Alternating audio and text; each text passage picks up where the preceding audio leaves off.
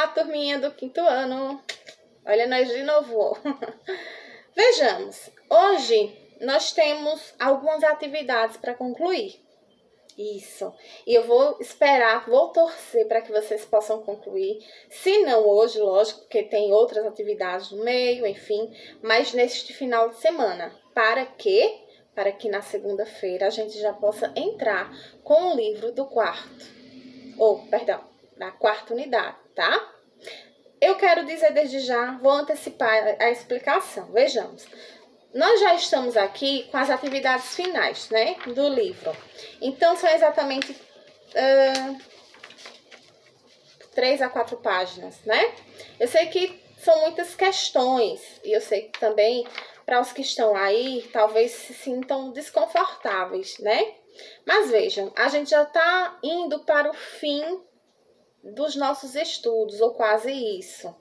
E eu preciso, assim como vocês também precisam, iniciar o livro da quarta unidade.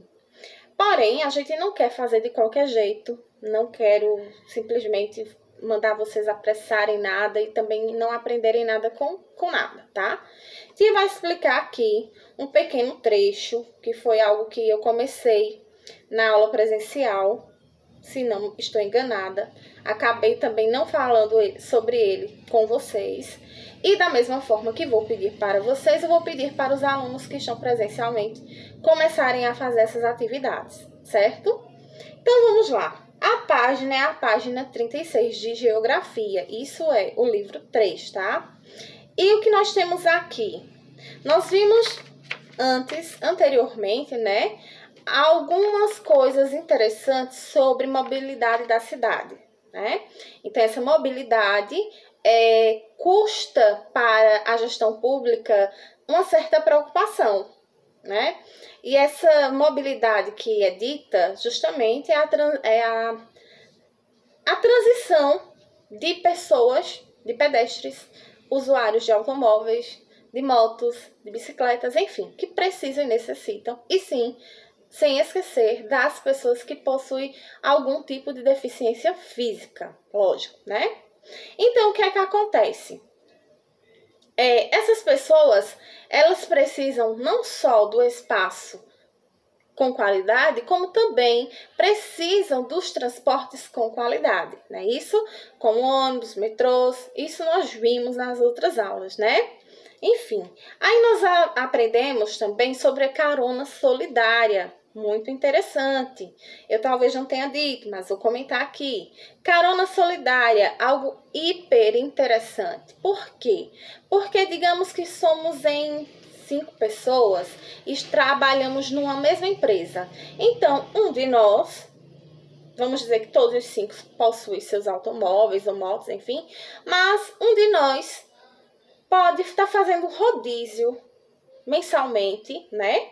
Para fazer essa carona solidária. Isso contribui muito para o meio ambiente, porque eram 5 automóveis, agora torna-se apenas um circulando, não é isso?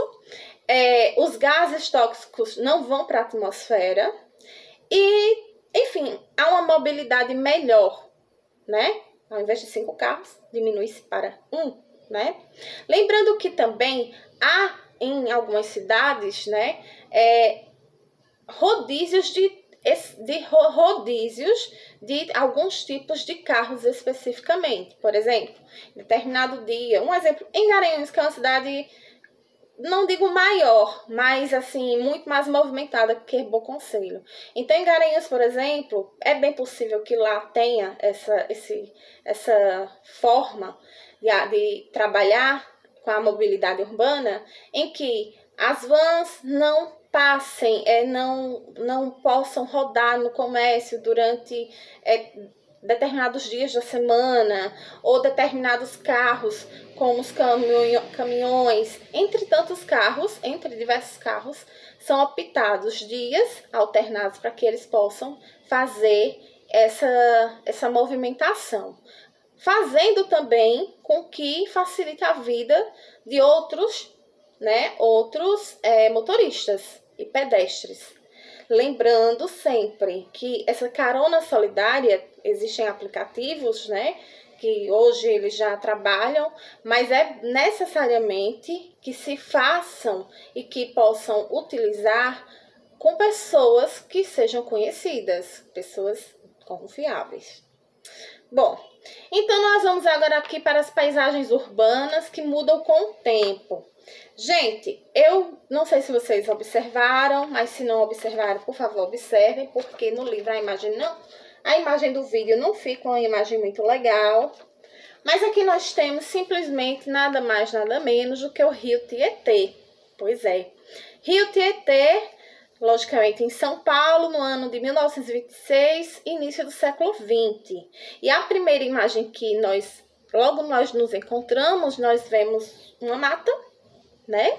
A mata é o rio que nessa época, com certeza, não tinha essa poluição que hoje, infelizmente, ele contém.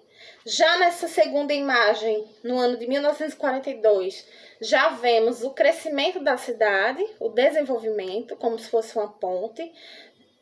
Olhando assim, você já vê que o rio, a água já não é tão limpa como se deveria, não é isso? E por fim, já aqui, nessa última imagem, nós temos o Rio Tietê, com uma mudança totalmente diferente daquelas outras duas que nós vimos nas páginas anteriores, né? Então, tipo, fugiu totalmente do rio que nós havíamos visto logo no início. Aí, aqui pergunta-se o seguinte, o desafio. Identifique o que mudou na paisagem do entorno do Rio Tietê de uma época para outra e troque ideias com os colegas. Bom, gente, eu poderia dizer que construções, não é isso? Nas margens dos rios, o fluxo de veículos, presença de mais construções no plano do fundo e na paisagem retratada. Logicamente que Tia deu uma olhadinha aqui, mas mesmo que não olhasse, você consegue observar todos esses detalhes. E aí nós temos mais uma vez a imagem de satélite do Rio Tietê, né? Olhe como ele está imprensado, literalmente imprensado. Ele não parece mais um rio, ele está parecendo mais um córrego, né? Do que exatamente um rio. Ele simplesmente está imprensado no meio urbano. E aí a gente analisa e relembra que todas essas residências, todos esses setores industriais que estão nas proximidades do Rio Tietê, infelizmente os seus resíduos sólidos, dejetos, vai para ele. E, consequentemente, o Rio Tietê hoje é considerado um dos rios mais poluídos, não é isso? Enfim. Mas o que precisamos entender também para começar a entender que geralmente, acho que todas elas, toda cidade, ela nasce em volta de um rio, né? Porque em volta de um rio eu posso pescar, posso tomar banho, eu posso estar ingerindo, né? Então, isso faz com que ela vá se desenvolvendo, né? E a gente olha para ele e vai observando que esse avanço nas florestas, né? O desmate, as queimadas, é justamente para crescimento de cidades, o crescimento da pecuária e o crescimento da agricultura, fazendo com que o meio ambiente se torne mínimo e não suporte as pressões das zonas urbanas, tá? Fechado até aí? Entendido? Espero que sim. Então, nós vamos usar o que aprendeu nas atividades, tá? Nós temos a página 37, 38, 39, 40 e 41. Sim, todas estas páginas. Lembrando que algumas aqui é para completar, então não vamos dizer que sejam não vamos dizer que é tão difícil, não. Outra nós temos para fazer as ligações, certo? Algumas aqui você vai observar as imagens, como é na página 39, e você vai dar a sua opinião, tá? Como aqui diz, quais transformações ocorreram na paisagem de uma época para outra, certo? Por fim, nós temos essa imagem da quinta questão, que fala-se sobre a situação da cidade urbana. e mais um desafio. E por fim, o lembrando. Então, vamos fazer o seguinte. A gente vai fazer até como poder fazer, tá? Vocês irão fazendo essas atividades. No decorrer do final de semana não há problema. Vocês vão me enviando, conforme vocês forem terminando. Se houver as dúvidas, vocês vão me procurando e nós vamos tentando tirar, certo? O que eu não quero é que a gente chegue segunda com essas atividades aqui sem fazê-las.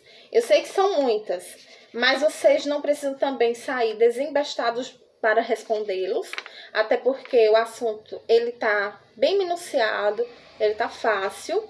E precisamos, meus amores, infelizmente, devido à situação que nós nos encontramos com a pandemia, a gente teve que diminuir o processo das aulas, ou seja, não podia avançar muito e não podia passar muitos conteúdos. Aí, infelizmente, agora nessa etapa final, vamos dizer assim, muitos assuntos ficaram acumulados, em especial do quarto ano. Eu não tô querendo fazer com que você não aprenda, pelo contrário, eu quero que você responda e tire suas dúvidas comigo. Conforme você for fazendo, você vai me enviando. As dúvidas que forem surgindo, eu vou te respondendo e vou te auxiliando. Assim como os que estão presentes, eu vou dizer da mesma forma e vou pedir para que eles observem, vejam o vídeo que eu irei adicionar no grupo do quinto ano. Vou explicá-los e vou pedir para que assim façam, tá certo? Como são muitas, eu não vou estar aqui relembrando para vocês. De certa forma, são questões mais pessoais, ou seja, perguntas que você mesmo pode dar sem que tenha a intervenção exatamente do livro, tá? Tem, sim, algumas que precisa você ir atrás, pesquisar para responder. Lembrando que este conteúdo que estamos vendo e essas últimas atividades aqui, elas vão cair em prova. Então, vamos ajudar a tia e te ajudar vocês, tá certo? Qualquer dúvida, vocês me perguntam, me procuram, para que a gente possa juntos conseguir fazer, tá certo? Estou com vocês. Então, um beijo bem grande, um bom final de semana e qualquer coisa a tia tá aqui, tá bom? Beijão!